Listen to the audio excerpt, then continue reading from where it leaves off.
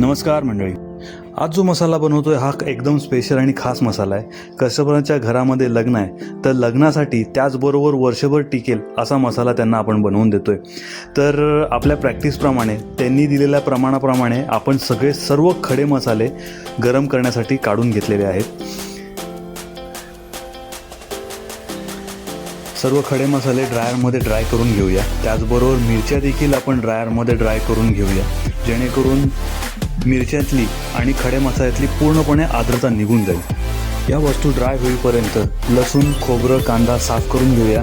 आणि या पद्धतीमध्ये कांदा आपण बारीक करून घेतो, जेणेकरून तो कांदा तेलामध्ये फ्राय केल्यानंतर पूर्णपणे मेल्ट होईल आणि क्रिस्पी होऊन जाईल. सर्व मसाले भाजून घेऊया. आपण ड्राय मसाले आणि तेलातले मसाले वेगवेगळे भाजतो.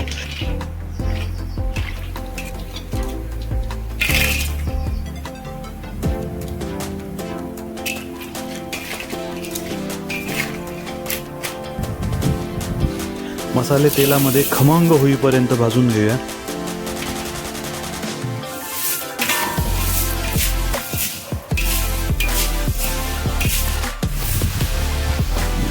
बारीक चॉप केलेला कांदा सुंदर असा शिजेपर्यंत, गोल्डन ब्राऊन होईपर्यंत बराच वेळ त्याला आपल्याला गॅसवरती शिजवावं लागेल. तर तोपर्यंत आपली मिरची सुकलेली आहे. सुकलेली मिरची आणि फ्राय केलेले मसाले कांडप मशीनमध्ये बारीक करून घेऊया.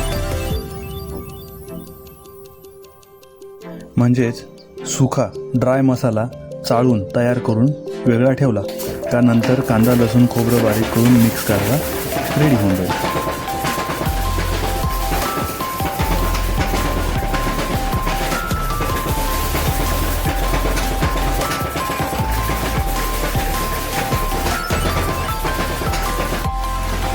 या पद्धतीत मसाला देखील बारीक झाला आहे.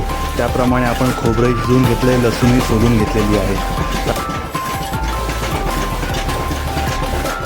मसाला चाळून घेऊया. चाळून झाल्यानंतर त्याच मसाल्यामध्ये जे खोबरं, लसूण, कांदा बारीक केलेला आहे हे आपण पुन्हा एकदा काढून घेऊ.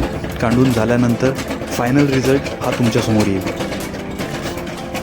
हा आहे आपला फायनल रिझल्ट मसाला, कांदा लसूण मसाला. असाच दाणेदार मसाला तुम्हाला देखील पाहिजे असेल तर नक्की कॉन्टॅक्ट करा कोकणस्थ मसाले यांना. थँक्यू.